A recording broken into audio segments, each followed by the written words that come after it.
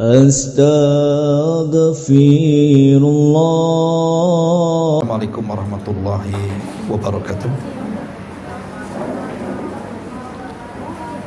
Alhamdulillah wassalatu wassalamu ala Rasulillah wa ala alihi wa sahbihi wa mawalah wa la hawla wa la quwata illa billahi wa ba'du. Alhamdulillah di sore ini kita bisa duduk kembali untuk bertalabul ilmi. Salawat dan juga salam tetap kita hadiahkan kepada Rasul kita Nabi besar Muhammad sallallahu alaihi wa ala alihi wasallam.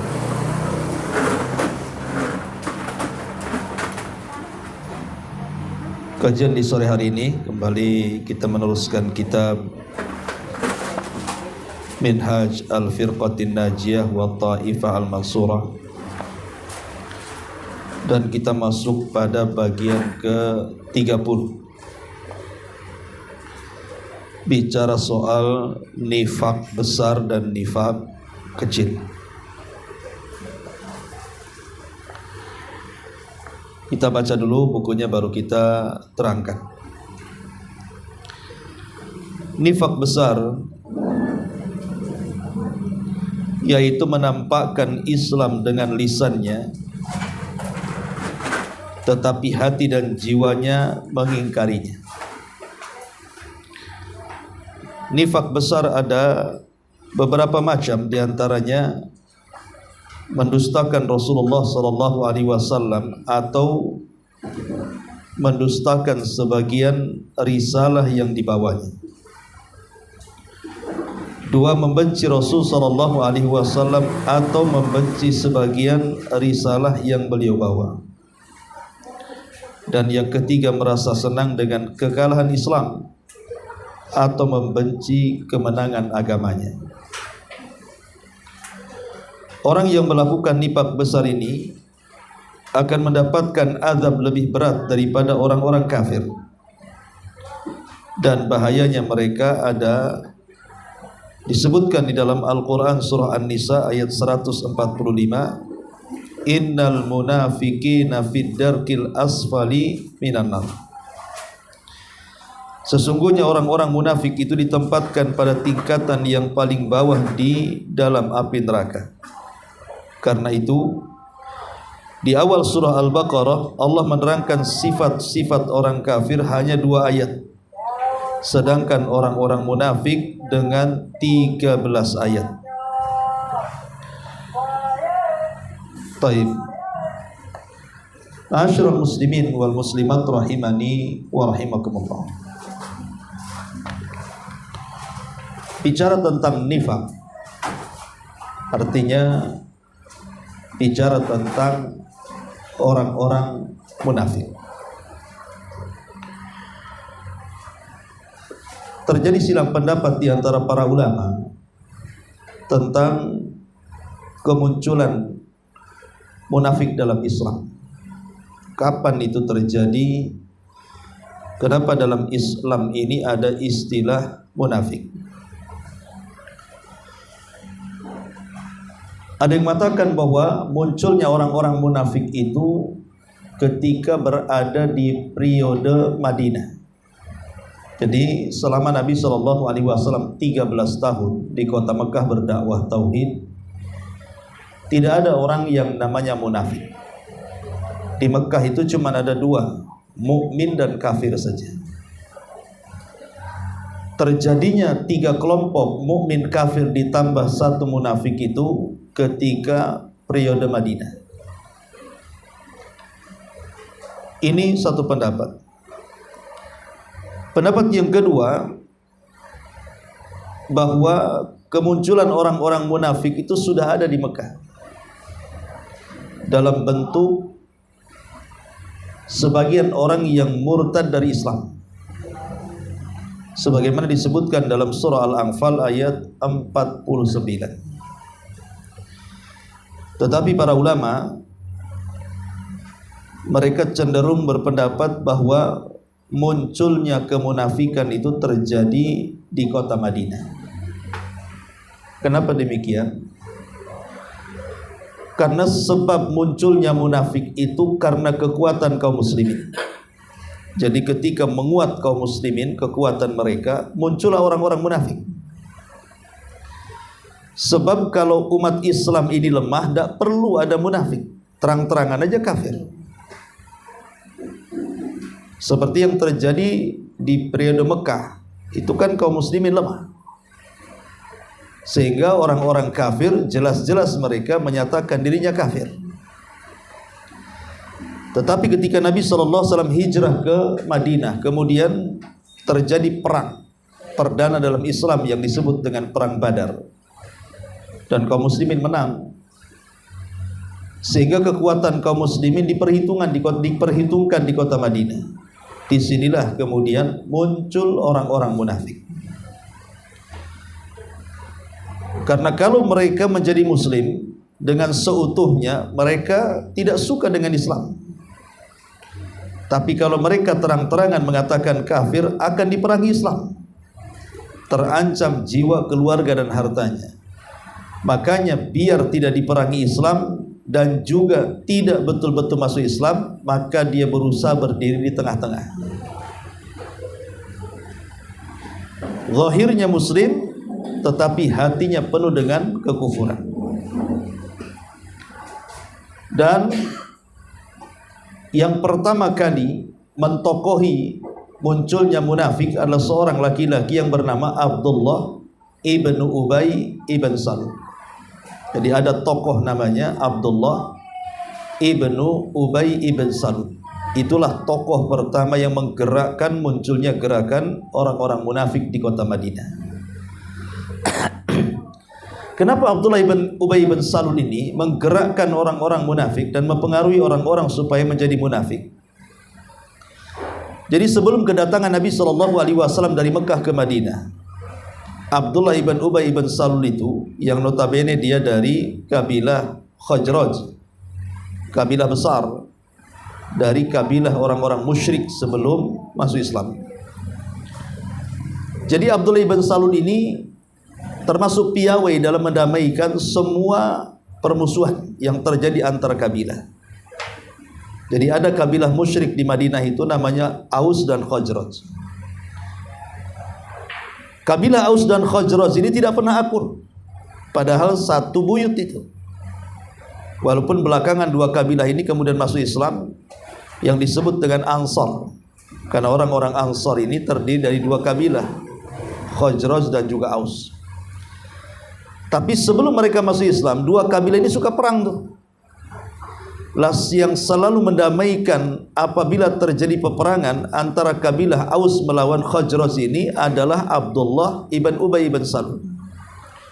Begitu juga apabila terjadi peperangan antara orang-orang Arab dengan orang-orang Yahudi, itu juga dia. Sehingga akhirnya dia digadang-gadangkan untuk menjadi pemimpin dua kabilah, Khazraj dan juga Aus. Tetapi ketika kemudian Nabi SAW datang dari Mekah ke Madinah dan dua kabilah ini masuk Islam, maka mereka mulai meninggalkan Abdullah ibn Ubay ibn Salul dan memilih untuk menjadikan pemimpin mereka adalah Rasulullah SAW. Di sinilah terjadi hasad. Jadi Abdullah ibn Ubay ibn Salul ini hasad kepada Rasul karena merasa bahwa kedatangan Rasul itu menghancurkan cita-citanya untuk menjadi pemimpin Arab. Makanya kemudian Abdullah ibn Ubay ibn Salul ini, ketika dua kabilah yang dibawahinya itu masuk Islam, maka dia pun ketakutan kalau tetap di atas kekufuran. Dan boleh jadi mungkin pamor dia pun akan hilang.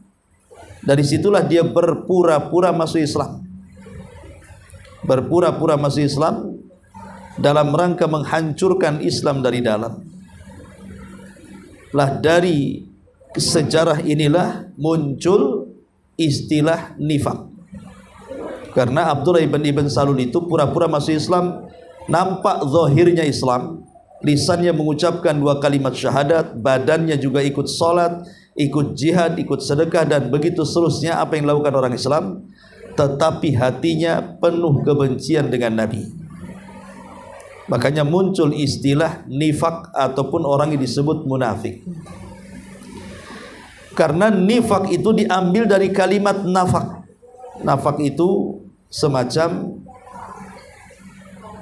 ya bahasa kitanya, terowongan yang kalau kita masuk dari sebelah sini keluar sebelah sana. Jadi munafik itu masuk Islam dengan lisannya, tapi keluar dari Islam dengan hatinya. Makanya disebut nafak, terowongan, masuk dari sini keluar dari sana.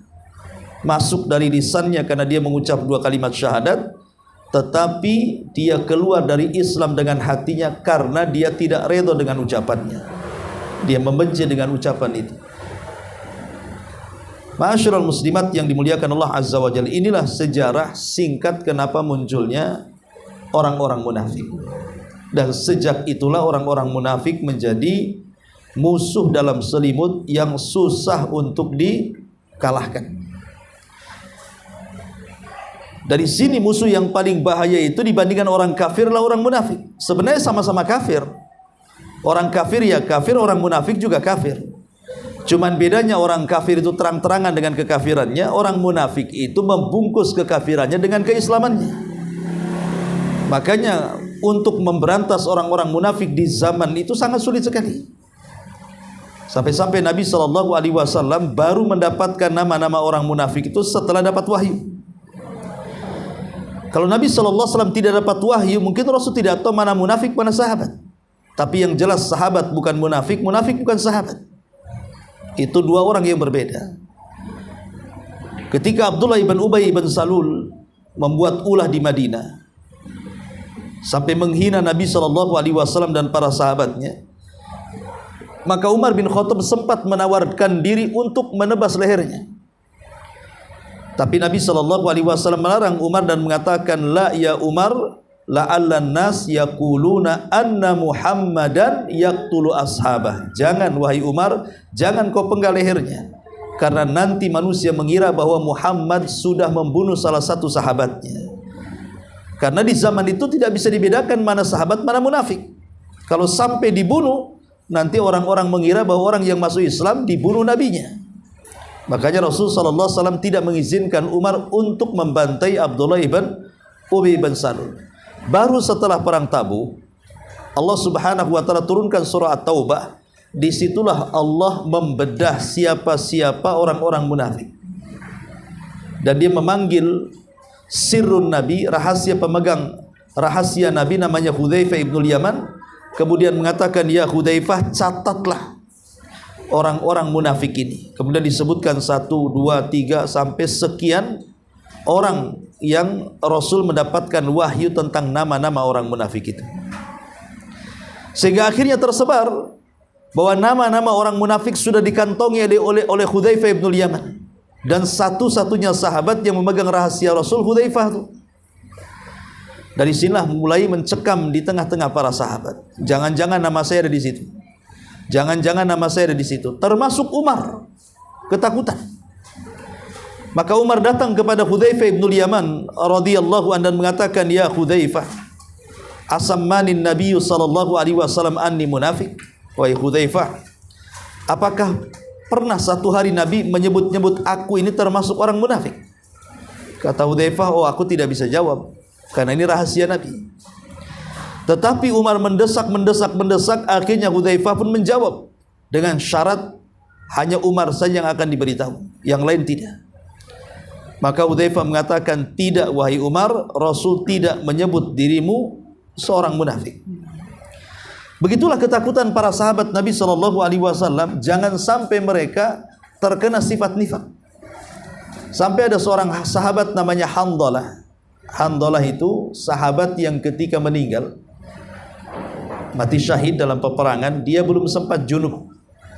Karena setelah bergaul dengan istrinya, dia tidak sempat mandi junub, langsung ikut perang. Kemudian mati syahid di peperangan. Maka para malaikat rebutan ruhnya dan ingin membandi besarkan Handalah ini. Handalah ghasilul malaika. Handalah ini satu hari pernah datang kepada Abu Bakar Siddiq radhiyallahu anhu dan mengatakan, wahai Abu Bakar, saya ingin bertanya. Iya, kata Abu Bakar. Apa pertanyaan? Kata Handalah, begini wahai Abu Bakar, saya ini kalau hadir di majelis Nabi, mendengarkan Nabi SAW bercerita tentang sorga dan neraka, seolah-olah sorga neraka itu berada di pelupuk mataku. Tetapi kalau aku beranjak dari pengajian Rasul dan lama tidak hadir di majelis Nabi, rasa-rasanya sorga neraka itu hanya dongeng belaka. Kemudian kata Abu Bakar, lalu apa maksudmu wahai Handalah? Maka Handalah mengatakan, pertanyaannya wahai Abu Bakar, apakah saya ini munafik? Apakah saya ini munafik? Kalau hadir di pengajian kayaknya sorga neraka itu betul-betul ada. Kalau sudah sibuk dengan dunia, rasanya sorga itu bagaikan dongeng belaka. Apa saya ini munafik? Maka Abu Bakar Siddiq radhiyallahu mengatakan kepada Handalah, wahai Handalah, apa yang kau rasakan persis dengan apa yang aku rasakan. Bagaimana kalau kita datang kepada Rasul, kita cerita? Maka dua manusia mulia, Handalah dan Abu Bakar, mendatangi Rasul kemudian bertanya, Rasul, begini dan begitu. Bahwa kami ini kalau hadir di majelis taklimmu, engkau bercerita tentang sorga dan neraka seolah-olah keduanya berada di pelupuk mataku, seolah-olah nyata. Tapi kalau kami beranjak dari tempat pengajianmu, sibuk dengan dunia dan dilarikan dengan dunia, rasa-rasanya sorga dan neraka itu hanya dongeng-dongengan belaka. Apa kami berdua ini munafik? Ya, lihat bagaimana para sahabat ketakutan tuh. Kemudian Nabi SAW memandang Handalah dan mengatakan, la ya Handalah, tidak wahai Handalah, walakin ya Handalata sa'atan sa'ah. Tidak, perasaan yang seperti itu bukan perasaan dari sifat-sifat munafik. Akan tetapi wahai Handalah, walaupun demikian, ingatlah, kalau bisa satu waktu kau hadir di majelis taklim, satu waktu engkau pun sibuk mencari dunia. Boleh engkau mencari dunia, tapi jangan lupakan pengajian, gitu maksudnya. Karena kalau orang terus disibukkan dengan dunia, maka lupa sorga nantinya. Lupa sorga, lupa neraka. Tapi kalau sekali-kali hadir di majelis taklim, itu kan ada siraman rohani, sehingga selalu diingatkan. Begitulah ketakutan para sahabat tentang sifat nifak ini. Ya, makanya kenapa kemudian sifat nifak ini sifat yang sangat ditakuti oleh para ulama dan juga para sahabat Nabi sallallahu alaihi wasallam. Berkata Imam Ibnu Abi Mulaikah, seorang alim, beliau mengatakan, adrabtu 30 min ashabin Nabi sallallahu alaihi wasallam kulluhum yakhafun nifaqa ala nafsi. Aku telah mendapati 30 sahabat Rasul, kata Ibnu Abi Mulaikah, semua khawatir pada dirinya tertimpa sifat kemunafikan. Bahkan Imam Ahmad pernah ditanya, su'ilal Imamu Ahmad, ma taqulu fi man la yakhafu ala nafsihi nifaq. Imam Ahmad pernah ditanya, apakah yang engkau katakan pada orang-orang yang tidak khawatir pada dirinya ada kemunafikan? Maka beliau menjawab, wa man ya'man ala nafsihi nifaq. Apa ada yang merasa aman dari sifat kemunafikan? Apa ada orang yang merasa aman? Tidak ada orang yang merasa aman. Semua pasti terjangkit dengan sifat itu. Makanya kemudian Hasan Al-Basri rahimahullahu ta'ala sampai menyebutkan orang yang tampak pada dirinya sifat kemunafikan dari sisi amal, maksudnya bukan keyakinan, maka ia disebut munafik. Sebagaimana ada perkataan Hudzaifah dalam hal itu, seperti perkataan Asy-Sya'bi, man kadzaba fahuwa munafik. Barang siapa yang berdusta maka dia termasuk munafik. Tentu nanti ada rinciannya kan, karena di sini juga disebutkan munafik itu ada dua macam. Ada munafik besar, ada munafik kecil. Ada nifak akbar, ada nifak asghar. Apa bedanya? Apa yang membedakan dua munafik itu? Yang satu nifak besar, yang satu nifak kecil. Pertama perbedaannya, kalau nifak besar itu menggugurkan seluruh amal.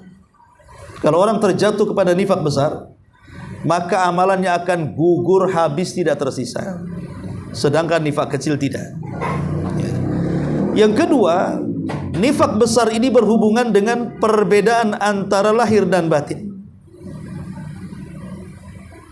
Jadi saya ulangi, nifak besar ini berhubungan dengan perbedaan antara lahir dan batin. Tentu dalam hal akidah ya. Sedangkan nifak kecil berkaitan dengan perbedaan antara lahir dan batin dalam permasalahan amalan. Satu bicara soal akidah, satu bicara soal ibadah. Jadi kalau nifak besar itu bicara keyakinan. Tapi kalau nifak kecil itu bicara amalan. Kalau ngomong berdusta itu nifak kecil. Tapi kalau keyakinan, benci kepada syariat Islam, benci kepada Nabi, itu keyakinan tuh. Itu nifak besar namanya. Ya. Kemudian nifak besar ini menyebabkan pelakunya dikekalkan di neraka kalau dia masuk neraka. Tetapi nifak kecil tidak. Ya. Kemudian nifak besar ini tidak akan muncul dari seorang mukmin. Nifak besar ini muncul dari munafik. Seorang mukmin tidak mungkin melakukan nifak besar. Tapi kalau nifak kecil ya mungkin saja seorang mukmin berdusta, seorang mukmin tidak amanah, seorang mukmin suka berkhianat, mungkin ya. Tapi kalau nifak besar tidak mungkin seorang mukmin melakukannya. Ma'asyiral muslimat yang dimuliakan Allah Subhanahu wa taala. Jadi umumnya orang yang terserang nifak besar ini tidak akan bertobat. Susah untuk bertobat. Tetapi kalau nifak kecil masihlah memungkinkan dia bertobat kepada Allah Subhanahu wa taala. Dan nifak besar ini masuk dalam kekafiran. Tapi kalau nifak kecil tidak. Nifak kecil ini tidak kafir pelakunya. Ya. Itulah perbedaan antara nifak besar dan juga nifak kecil. Baik, kita akan masuk pada pembahasan. Ya. Di sini pengarang ketika menyebutkan tentang nifak besar dan nifak kecil, kemudian dimulai dengan nifak besar. Beliau mencontohkan beberapa contoh. Pertama, di sini bahwa yang terjangkit nifak besar itu contohnya adalah mendustakan Rasulullah. Mendustakan Rasulullah sallallahu alaihi wasallam. Bahwa dia bukan seorang nabi. Sebagaimana apa yang dikatakan oleh orang-orang musyrik Arab. Ketika Nabi sallallahu alaihi wasallam dakwah ke Taif, baru beberapa hari di Taif, tiba-tiba Rasul dilempari batu. Berlari 1 mil dengan Zaid pembantunya, sampai akhirnya bersembunyi di kebun kurma Mughirah. Lah ketika berjumpa dengan para pembesar Taif, apa kata para pembesar Taif itu? Kenapa yang diutus Nabi bukan orang-orang terpandang seperti Abu Jahal, seperti Umayyah, seperti Al-Walid? Kok kamu pula, katanya. Ini kan mengingkari kenabian namanya kan. Lah mengingkari kenabian ini masuk dalam cabang-cabang munafik besar. Ya, jadi yang pertama itu tidak mengakui, atau dengan istilah lain mendustakan Rasulullah. Tidak yakin bahwa dia seorang nabi. Tidak yakin kalau dia seorang rasul. Ini bisa kafir. Orang yang mengingkari keberadaan Nabi sallallahu alaihi wasallam seorang nabi dan rasul, maka tidak syak lagi dia kafir karena terjerumus kepada nifak akbar. Ataupun yang kedua, ataupun yang selanjutnya, mendustakan sebagian risalah yang beliau bawa. Pertama mendustakan Rasul, yang kedua mendustakan sebagian risalah. Oke, mungkin dia yakin bahwa Nabi SAW itu Nabi, tetapi dia tidak yakin dengan ajarannya. Ada sebagian ajaran itu yang kemudian didustakan, seperti yang terjadi kepada orang-orang ingkarus sunnah. Orang-orang ingkarus sunnah ini, orang-orang yang mengingkari sunnah Nabi SAW, baik mengingkari secara keseluruhan atau mengingkari secara sebagian, seperti mengingkari hadis ahad dalam perkara akidah dan begitu seterusnya. Ini masuk dalam cabang-cabang nifak akbar. Dan Nabi SAW sudah mengatakan 14 abad yang silam bahwa nanti akan muncul sebuah kaum yang hanya mengatakan, datangkan kepada kami kitab Allah, dan kami tidak perlu yang lainnya. dan mereka adalah para pengingkar sunnah. Dan banyak pemahaman ingkari sunnah di negeri kita ini. Orang-orang yang tidak mau mengakui sunnah Nabi SAW dengan alasan logika. Alasan logika apa? Nabi kan manusia, bisa salah. Kita juga manusia, bisa salah. Dia bisa salah, bisa benar. Kita juga bisa salah, bisa benar. Maka sesuatu yang memungkinkan bisa salah, bisa benar, apa kita percayai ucapannya? Dari sinilah kemudian mereka pun tidak mengakui adanya hadis-hadis Nabi SAW, walaupun jelas keluar dari lisan Rasul. Nah, ini termasuk nifak besar, mengingkari syariat atau sebagian syariat. Ya, ini yang kedua. Kemudian yang ketiga, kalau boleh saya bagi 6 sebenarnya, ini 3 poin ini dibagi 6. Yang ketiga, membenci Rasulullah. Kalau tadi mendustakan Rasulullah, sekarang membenci, tidak suka dengan Nabi.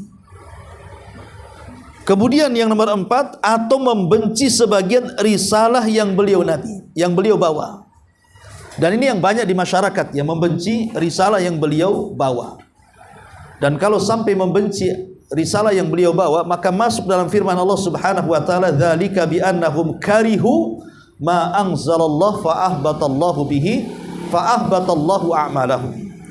Yang demikian itulah karena mereka membenci apa yang Allah turunkan kepada nabinya, maka dengan itulah amal-amal mereka akan dilebur Allah Subhanahu wa taala. Artinya mereka tidak memiliki pahala sama sekali.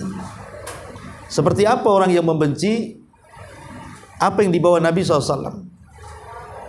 Seperti orang-orang yang mereka membenci sunnah, membenci solat, buat apa solat, capek-capek saja. Membenci haji, buat apa haji, ngambur-ngamburkan uang saja. Membenci jilbab, cadar, buat apa panas-panas saja. Ya. Membenci ya sunnah-sunnah Nabi, hatta walaupun masalah-masalah remeh seperti cingkrang, siwak dan yang semacamnya. Kalau itu dibenci, maka dia telah menanamkan nifak akbar. Ya, itu nifak akbar, itu bahaya. Ya. Kemudian juga yang nomor 5, merasa senang dengan kekalahan Islam. Jadi kalau seandainya perang nih Israel dengan Palestina, kok Israel menang, Palestina kalah, oh senang. Senang sekali gitu ya. Kekalahan kaum muslimin perang itu dia senang, berarti dalam hatinya ada nifak akbar itu. Kok senang saudaranya dibantai, senang saudaranya diperangi, senang saudaranya dibunuh, ya. Maka ini nifak akbar. Enggak boleh senang kita, justru sedih kalau seandainya orang Islam di belahan dunia mana saja melakukan peperangan seperti yang terjadi dengan Palestina, kemudian mengalami kekalahan, maka kita harus sangat sedih sekali. Sebab kalau kita bahagia justru kita ini munafik akbar. Kemudian yang nomor 6, yang terakhir, atau membenci kemenangan agamanya. Palestina menang, benci kita. Kenapalah Palestina menang? Harusnya dia kalah kan. Nah, ini kan nifak akbar ini. Lah ini contoh-contoh ya. Contoh-contoh nifak akbar ini disebutkan ada 6 macam. Pertama, mendustakan Rasulullah. Yang kedua, mendustakan sebagian risalah yang dibawa Rasulullah. Yang ketiga, membenci Rasulullah. Yang keempat, membenci sebagian risalah yang dibawa beliau. Yang kelima, merasa senang dengan kekalahan Islam. Yang keenam, membenci kemenangan agama Islam. Inilah yang kemudian disebutkan di dalam surah An-Nisa ayat 145, innal munafiqina fi darkil asfali minan nar. Sesungguhnya orang-orang munafik itu berada di intip neraka yang paling dalam. Munafik dengan kafir ini walaupun satu neraka. Kan munafik kafir juga sebenarnya, cuman dibungkus dengan keislaman saja. Dia kafir juga, sama-sama kafirnya, sama-sama nerakanya. Cuman karena neraka itu bertingkat-tingkat dan al-jaza min jinsil amal, balasan itu disesuaikan dengan amalannya. Karena munafik lebih bahaya dibandingkan orang kafir, makanya neraka orang munafik jauh lebih bawah dibandingkan neraka orang kafir, bahkan paling intipnya. Jadi kalau neraka itu dibuat tingkatan-tingkatan, yang paling rendah itu munafik. Itu yang paling bahaya. Kemudian di atas munafik itu murtad. Karena orang murtad ini sebelumnya dapat hidayah, dia memiliki kesesatan, maka nerakanya di atas munafik. Baru setelah orang murtad ini, baru nerakanya orang-orang kafir asli. Ya, orang-orang kafir asli ya, seperti orang Majusi, Nasrani, Yahudi, memang kafir asli gitu ya, bukan pindahan. Nah, baru di atasnya orang-orang yang beriman yang bermaksiat kepada Allah Subhanahu wa taala. Itulah tingkatan-tingkatan. Artinya orang munafik itu paling bawah sendiri tingkatannya. Nauzubillah. Ya. Taib ma'asyiral muslimin wal muslimat rahimani wa rahimakumullah. Kemudian yang kedua di sini pun disebutkan tentang nifak kecil. Setelah beliau menyebutkan nifak besar, beliau menyebutkan nifak kecil. Kita baca dulu. Nifak kecil adalah nifak dalam perilaku dan perbuatan. Seperti seorang muslim yang memiliki satu karakter dan sifat sebagaimana yang dimiliki orang-orang munafik. Dan digambarkan Nabi. Kata Nabi SAW, ayatul munafik thalathun. Idza haddatsa kadzab, wa idza wa'ada akhlaf, wa idza tumina khan. Tanda-tanda munafik itu 3. Jika bicara, dia berdusta. Jika berjanji, dia tidak menepati. Dan jika dipercaya, dia berkhianat. Kemudian Rasul mengatakan, arba'un man kunna fihi kana munafikun khalisan. Wa man kanat fihi khaslatun minhunna kanat fihi khaslatun minan nifaq hatta yada'aha. Ada 4 perkara. Barang siapa di dalamnya ada 4 perkara ini, maka dia seorang munafik sejati. Dan barang siapa yang dirinya ada salah satu dari sifat-sifat itu, maka dia telah memiliki sifat munafik sampai dia meninggalkannya. Kemudian Rasul mengatakan, idza haddatsa kadzab, kalau dia bicara dusta. Wa idza wa'ada akhlaf, kalau dia berjanji tidak pernah menepati janjinya. Wa idza ahada ghadar, apabila dia membuat persetujuan, dia pula yang mengkhianatinya. Wa idza khasama fajar, dan apabila dia bertikai, maka dia berbuat keji kepada lawan-lawannya. La ma'asyiral muslimin wal muslimat rahimani wa rahimakumullah. Sekarang masuk pada nifak yang kedua, nifak kecil. Nifak kecil ini tidak menjadikan kafir pelakunya, tetapi dia memiliki sifat dari sifat-sifat munafik. Boleh jadi mungkin fasik saja atau dosa besar. Jadi kalau terjerumus kepada sifat-sifat munafik ini yang sifatnya amalan bukan keyakinan, maka di bawah nifak besar. Kalau nifak besar kafir, tapi kalau nifak kecil ini ya dia telah melakukan dosa besar alias fasik. Ya. Apa saja sifat itu? Pertama, dusta. Idza kadzdzaba, idza haddatsa kadzab. Kalau dia berbicara, maka dia berdusta. Ma'asyiral muslimat yang dimuliakan Allah Subhanahu wa taala. Bicara dusta ini, apakah semua dusta dilarang? Tidak, ya. Ada dusta-dusta yang dibolehkan. Sebagaimana hadis Nabi SAW, apa kata Nabi SAW ketika bicara soal dusta? Dari Ummu Kulthum bintu Uqbah radhiyallahu an, dia mengatakan, anna Nabiy SAW yurakhisu fi syai'in mimma yaqulun nas innahu kadzib illa fi thalathin. Kata Ummu Salamah, Ummu Kulthum bintu Uqbah, dia mengatakan, aku mendengar Rasulullah SAW bersabda, Nabi itu memberikan keringanan pada sesuatu yang dianggap manusia sebagai dusta pada 3 perkara. Ar-rajulu yuslihu bainan nas, seseorang yang hendak mendamaikan 2 orang yang bertikai. War-rajulu yakdzibu limra'atihi, seorang suami berdusta kepada istrinya karena keharmonisan. Kemudian yang ketiga, wal kadzibu fil harbi, ataupun dusta dalam peperangan. Dalam riwayat, dusta untuk menjaga kehormatan seorang muslim dari kejaran orang kafir.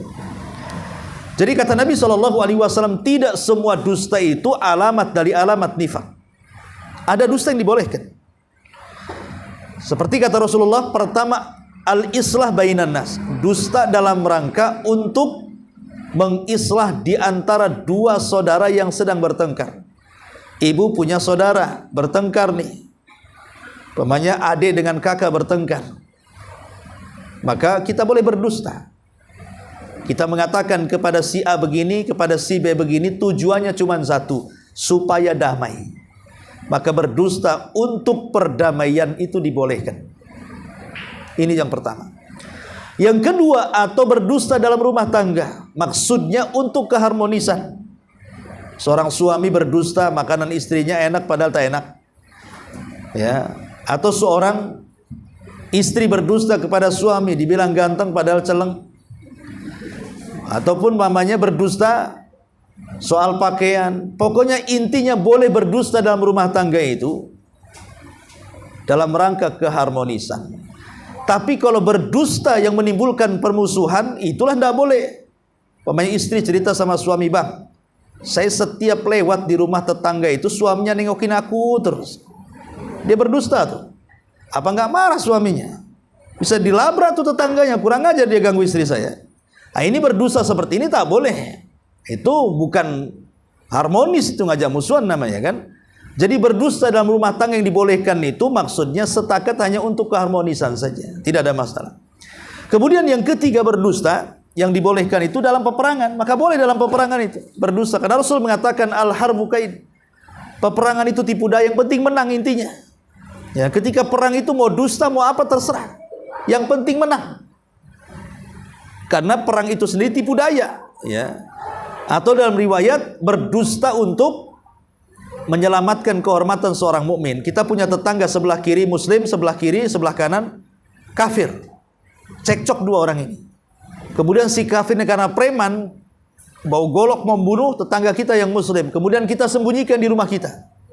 Kemudian kita katakan nggak ada dia, padahal ada di rumahnya. Boleh untuk menghargai nyawa seorang muslim.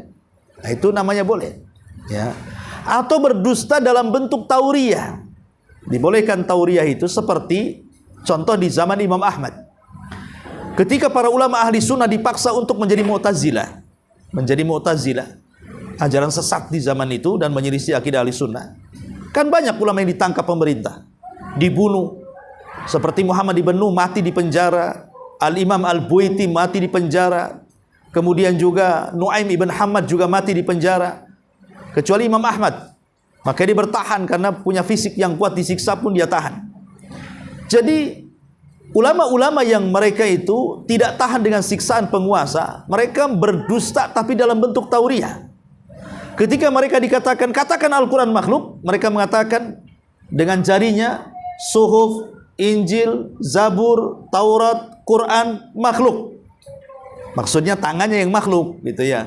Tapi dia sebutkan dengan jarinya makhluk, padahal ininya maksudnya makhluk gitu ya.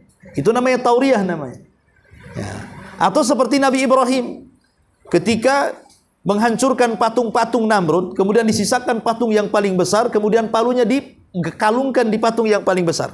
Ditangkaplah Ibrahim oleh Namrud, kemudian diinterogasi, ya Ibrahim, a anta fa'alta bi alihatina ya Ibrahim? Kau ya yang melakukan ini, menghancurkan patung-patung kami? Maka kata Ibrahim dengan jempolnya ini menunjuk patung yang besar. Bal fa'alahu kabiruhum hadha. Bahkan yang melakukannya patung yang besar ini. Maksudnya Ibrahim itu jempolnya yang melakukan, cuman diarahkan ke patung yang besar. Kenapa jempol? Karena memegang sesuatu kalau tanpa jempol itu nggak mungkin kuat. Ini namanya gagang palu. Kita pegang seperti ini mana kuat. Tapi kalau jempolnya main begini, pasti kuat. Maksudnya Ibrahim itu jempol saya yang melakukan, cuman diisyaratkan ke patung. Lah itu namanya tauriyah. Nah, tauriyah seperti ini dibolehkan. Ya, tauriyah namanya. Lah ini namanya dusta. Tapi secara umum, yang namanya dusta itu tercela. Orang-orang jahiliyah, di atas kejahiliahan mereka. Kalau ada orang yang berdusta, aib di tengah-tengah mereka. Itu orang jahiliyah. Orang jahiliyah tidak suka orang berdusta. Padahal mereka jahiliyah. Ketika Amr ibn As radhiyallahu an berkunjung kepada Musailamah al-Kadzab. Musailamah al-Kadzab itu nabi palsu yang ngaku-ngaku nabi di akhir-akhir hayat Nabi. Lah karena dulunya bertetangga antara Amr ibn As dengan Musailamah al-Kadzab, ya biasalah sama-sama orang kafir saling mengunjungi. Jadi ketika berjumpa Amr bin As ini masih kafir, belum muslim, karena Amr bin As ini kan telat masuk Islam, setelah 20 tahun baru masuk Islam dia. Ditanyalah sama Musailamah al-Kadzab si nabi palsu itu. Wahai Amr, kau kan tetangga si Muhammad. Kira-kira Jibril yang datang kepada Muhammad itu wahyu yang terakhir yang kau dengar apa tuh bunyinya? Maka Amr bin As, oh iya, saya masih ingat. Kemudian dia membacakan suratul Fil. Alam tara kaifa fa'ala rabbuka bi ashabil fil. Alam yaj'al kaidahum fi tadlil wa arsala alaihim tayran ababil tarmihim bi hijaratin min sijil faja'alhum ka'asfin ma'kul kata. Inilah yang terakhir ku dengar kata. Kata Musailamah al-Kadzab, demi Allah semalam juga Jibril datang kepada aku katanya, memberikan wahyu. Wahyunya mirip dengan surat yang kau bawa dari Muhammad itu. Kata Amr bin As itu, sobat sebutkan surat yang kau terima dari Jibril itu. Kemudian dia menyebutkan surah Difda, surah cebong, surah kodok. Ya Difda binta Difda aini niki mata niki fa inna asfaluki fil ma wa alaki fitin katanya. Hei kodok, anak daripada putra kodok, paling tinggi kau di tanah, paling rendah kau di air katanya. Kata Amr bin As, dia sama-sama orang kafir nih. Amr bin As orang kafir, belum masuk Islam. Musailamah al-Kadzdzab si nabi palsu. Apa kata si Amr bin As kepada Musailamah? Wallahi, demi Allah dia mengatakan, "Innila a'lamu annaka kadzib." Demi Allah, engkau ini seorang pendusta wahai Musailamah. Padahal sama-sama kafir, harusnya kan saling menguatkan kan? Tidak, karena dusta menurut orang-orang jahiliyah itu aib. Kalau di zaman jahiliyah dusta itu aib, ya. Kemudian datang Islam, maka lebih aib lagi. Tapi di zaman sekarang yang kalau dikatakan jahiliyah tak mau, tapi suka dusta kan begitu. Rasanya nggak aib, kayak biasa aja orang berdusta itu. Makanya hati-hati kalau orang terbiasa berdusta, nanti Allah stempel di dahinya kadzab, pendusta. Sebagaimana hadis Rasul sallallahu alaihi wasallam mengatakan, fa innar rajulu yakdzib wa yataharra fil kadzib hatta yuktaba indallahi kadzdzaba. Ketika seseorang itu terus berdusta sampai Allah stempel di jidatnya itu kadzab, memang kau seorang pendusta. Dan kalau Allah yang sudah menstempel, tidak ada yang bisa mencabut stempel itu. Naudzubillah. Maka jangan terbiasa melakukan dusta. Ini yang pertama di antara alamat munafik, idza haddatsa kadzab. Apabila dia berkata-kata dia berdusta. Kemudian yang kedua, kata Nabi sallallahu alaihi wasallam, wa idza hadatsa kadzab wa idza tumina khan. Apabila dia berjanji maka tidak memenuhi janjinya. Apakah setiap kita berjanji harus dipenuhi? Dan apakah kalau tidak dipenuhi kita berdosa? Dan kapan memenuhi janji itu menjadi wajib? Karena kalau kita di masyarakat ini kan kadang-kadang ya dalam obrolan sehari-hari lah, umpamanya kita ngomong sama kawan, besok antum datang nggak ya? Insya Allah datang. Itu kan janji juga tuh. Rupanya tak datang. Apakah yang seperti ini juga masuk dalam kategori nifak? Kan kadang-kadang kita mudah. Besok datang ya? Iya. Rupanya tak datang. Apa dikatakan terjangkit sifat nifak? Ya. Al-Imam Al-Qurtubi rahimahullahu taala menjelaskan, apakah semua janji harus ditepati dan apakah hukumnya wajib? Kata beliau tidak. Tidak semua janji itu kalau tidak ditepati berdosa ataupun masuk dalam kategori nifak. Ya. Kecuali kalau janji tidak ditepati, kata beliau, merugikan orang yang berjanji. Jadi kedatangan kita itu merugikan dia. Dengan ketidakhadiran kita sehingga merugikan orang itu, itulah yang disebut dalam hadis ini. Ya. Namanya sangat merugikan. Kemarin udah janji, kenapa tak datang? Akhirnya saya begini. Kan rugi tuh. Kalau ada kerugian, kok kita kemudian tidak menepati janji, itulah yang dimaksud hadis ini. Dia termasuk nifak. Ya. Tapi kalau tidak ada apa-apa, ya kita berhusnudon saja, nggak ada masalah. Mungkin itu mungkin lagi sibuk lah. Ayo teruskan aja acaranya, nggak ngaruh kok. Kedatangan dia pun nggak ngaruh, datang nggak ngaruh. Nah, itu kan nggak ada masalah tuh. Ya, tapi kalau kedatangannya dan ketidakhadirannya mempengaruhi, bahkan merugikan, itulah masuk dalam kategori kalau dia berjanji, dia berkhianat. Ya, maka lihat kalau kita janji, sekiranya kita tidak datang dia rugi, jangan berjanji. Kalau sampai dikhianati nanti masuk dalam kategori alamat dari alamatun nifaq. Ya, ini yang kedua juga. Kemudian juga yang ketiga, wa idza khasama ghadar. Apabila dia bertengkar, dia berbuat jahat dengan lawannya. Maksudnya begini, kita ini terkadang punya musuh. Tetapi kalaupun seandainya musuh berbuat jahat kepada kita, jangan melampaui kejahatan dia kepada kita. Karena itu sifat nifak namanya. Dia menggibah kita, ya, tapi kita lebih parah lagi, sudah menggibah, mengadu domba dia pula. Jadi kejahatan itu boleh kita balas, tapi dengan kejahatan yang sama. Tapi kalau lebih, itu udah berbuat jahat namanya. Makanya Allah mengatakan, fajaza'u sayyi'ah sayyi'atum mithluha. Balasan orang jahat itu kejahatan yang semisal. Boleh kita berbuat jahat, tapi jangan melebihi kejahatannya. Ada kawan atau musuh kita mengatakan, oh dasar kamu anjing. Kan sering di masyarakat itu ngomong kasar dengan menyebut binatang. Oh dasar anjing kamu. Ya. Boleh nggak kita membalas dia? Boleh. Tapi sebatas dengan kata-kata dia yang kita balikan, engkau yang anjing. Titik sampai di sini. Karena dia nyebut satu anjing, maka kita katakan anjing. Jangan ibu tambah dasar anjing, buaya, babi, apa semua disebutkan. Lah ini sudah menambah-nambah namanya. Kejahatannya satu, dibalasnya banyak binatang. Lah itulah apabila bermusuhan, lah itulah ghadar. Dia berbuat jahat ya. Jadi jahatnya satu kali ke kita, kita pula jahat berkali-kali. Maka tidak boleh. Dan sebaik-baiknya orang yang berbuat jahat kepada kita tentu kita memaafkan, yaitu sebaik-baiknya. Kalaupun tidak bisa memaafkan, jangan dibalas ya. Nah ini termasuk juga alamat an-nifaq. Idza khasama ghadara ya, apabila dia bermusuhan, dia berbuat jahat ya. Artinya melampaui kejahatannya dari kejahatan orang lain kepada kita. Nah ini diantara alamat-alamat an-nifaq yang disebutkan di sini. Nah, kemudian di sini juga wa idza ahada ghadara. Ya. Wa idza akhada, apabila membuat persetujuan, maka persetujuan dia batalkan. Seperti dalam jual beli, ya janji mau beli taunya tidak gitu ya. Atau dalam acara-acara tertentu yang sifatnya muamalah, kemudian dia pun mengkhianati muamalah tersebut. Lah ini disebut alamat-alamat munafik yang kecil. Wallahu alam. Lama-lama silau juga ya. Jam berapa ini? Ya, sampai di sini saja kita buat tanya jawab. Silakan.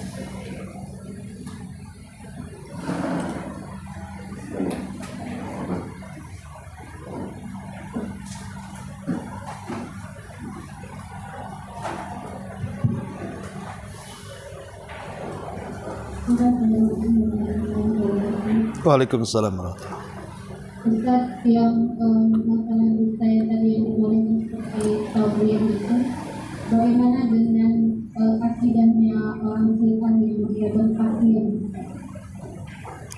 Ya, alhamdulillah. Takiyah dengan tauriah itu berbeda. Sebab takiyah itu menyembunyikan akidah sesat dan dia tidak mengaku untuk menyebarkan kesesatannya. Itu disebut takiyah. Ya, orang Syiah itu pandai dia. Dia menyebarkan kesesatan tapi dibungkus dengan takiyah. Dia tak ngaku. Padahal betul gitu ya. Itulah nifak, orang munafik seperti itu. Dia menyebarkan kesesatan tapi mengaku-ngaku ahli sunnah. Oh, ini ajaran ahli sunnah.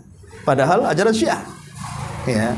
Itulah takiyah. Kalau tauriah ini beda. Tauriah ini kan dalam kondisi-kondisi terancam dia. Seperti kisah tadi ulama-ulama di zaman kan terancam jiwanya sehingga harus tauriah. Ibrahim juga terancam jiwanya sehingga harus tauriah. Kalau takiyah tidak. Takiyah itu memang betul-betul dia menyembunyikan ajaran sesatnya, membungkus dengan kebenaran padahal isinya kebatilan. Itulah takiyah namanya. Wallahu a'lam. Kemudian ada kasus bagaimana dengan orang yang dia tidak ingin diketahui tentang permasalahannya, tapi ada teman atau keluarganya yang selalu mendesak-desak ada apa yang terjadi, sehingga dia untuk menutupi masalah itu dia mencari-cari alasan, dan di situ ada indikasi seperti berbohong untuk menutupi agar apa yang terjadi pada dia atau keluarganya atau apa tidak diketahui oleh orang lain. Bagaimana yang seperti ini? Apakah bisa disebut dia sedang tauriah? Tidak, alhamdulillah. Tentang masalah itu, seseorang itu kan paling tahu maslahat dan madarat. Maslahat dan madarat. Kalau maslahatnya lebih besar daripada madaratnya, ceritakan. Tapi kalau madaratnya lebih besar daripada maslahatnya, tak perlu diceritakan. Atau madaratnya 50%, maslahatnya 50%, maka itu masuk dalam kaidah darul mafasid muqaddam ala jalbil masalih. Mencegah adanya kerusakan lebih baik dibandingkan mengambil manfaat. Ya. Terkadang memilih dua hal yang sama-sama buruk. Dua-duanya buruk. Menceritakan juga tidak bagus, tidak diceritakan pula tidak bagus. Dua-duanya kena, mundur kena, maju kena, ya kan? Lah kalau yang seperti ini, orang-orang ini harus pandai menimbang maslahat dan madarat. Contoh mamanya orang diajak untuk melakukan maksiat, sebuah kemungkaran, sebuah bid'ah ataupun apa namanya ya. Kita tidak mau hadir di situ. Tapi kalau kita jelaskan, marah pula dia. Akhirnya kita berdusta.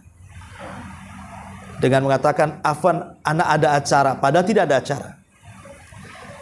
Lah, alasan saya ada acara pada tidak ada acara itu dalam rangka menimbang, karena dosa dusta tidak lebih besar daripada dosa acara kemaksiatan yang di situ. Itu namanya mengambil dua madarat yang paling ringan kita ambil. Nah, seperti itu, dan ini masuk dalam kaidah usul fikih, idza ta'addada adadul mafasid yurtakabu adna minal mafasid. Kalau ada dua kerusakan dan kita tidak mungkin harus memilih, harus meninggalkan keduanya, tapi justru harus memilih keduanya, maka ambillah yang paling rendah kerusakannya. Yang paling rendah kerusakannya yang mana? Ini kalau saya nggak berdusta, nanti saya terpaksa ikut. Kalau saya berdusta, maka dosa juga. Tapi ditimbang dosa dusta dengan dosa hadir, besar mana? Jadi itu namanya mengambil yang paling ringan kerusakannya. Dan itu dibolehkan oleh para ulama seperti ini. Ya, tetapi tentu kalau mau terus terang dan itu masalahnya jauh lebih besar, ya lebih baik lagi. Tapi kalau ini masalah aib, tidak layak diceritakan, tidak pantas diceritakan, cukuplah saya yang tahu dengan si anu umpamanya, ya tidak perlu diceritakan. Dan kalau keluarga mendesak pun tidak usah dijawab. Emang kenapa kalau nggak dijawab?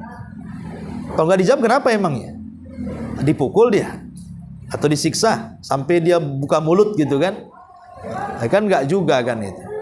Nah, cuman kadang-kadang orang kepancing karena sering ditanya, mungkin jengkel akhirnya jawab kan? Ya sebaiknya sih pandai-pandai mengambil mana yang paling rendah kerusakannya. Wallahu a'lam. Ya sampai di sini saja, mungkin nggak paham saya ini. Silau kali. Subhanakallahumma bihamdika asyhadu an la ilaha illa anta astaghfiruka wa atubu ilaik. Allahu ta'ala alam.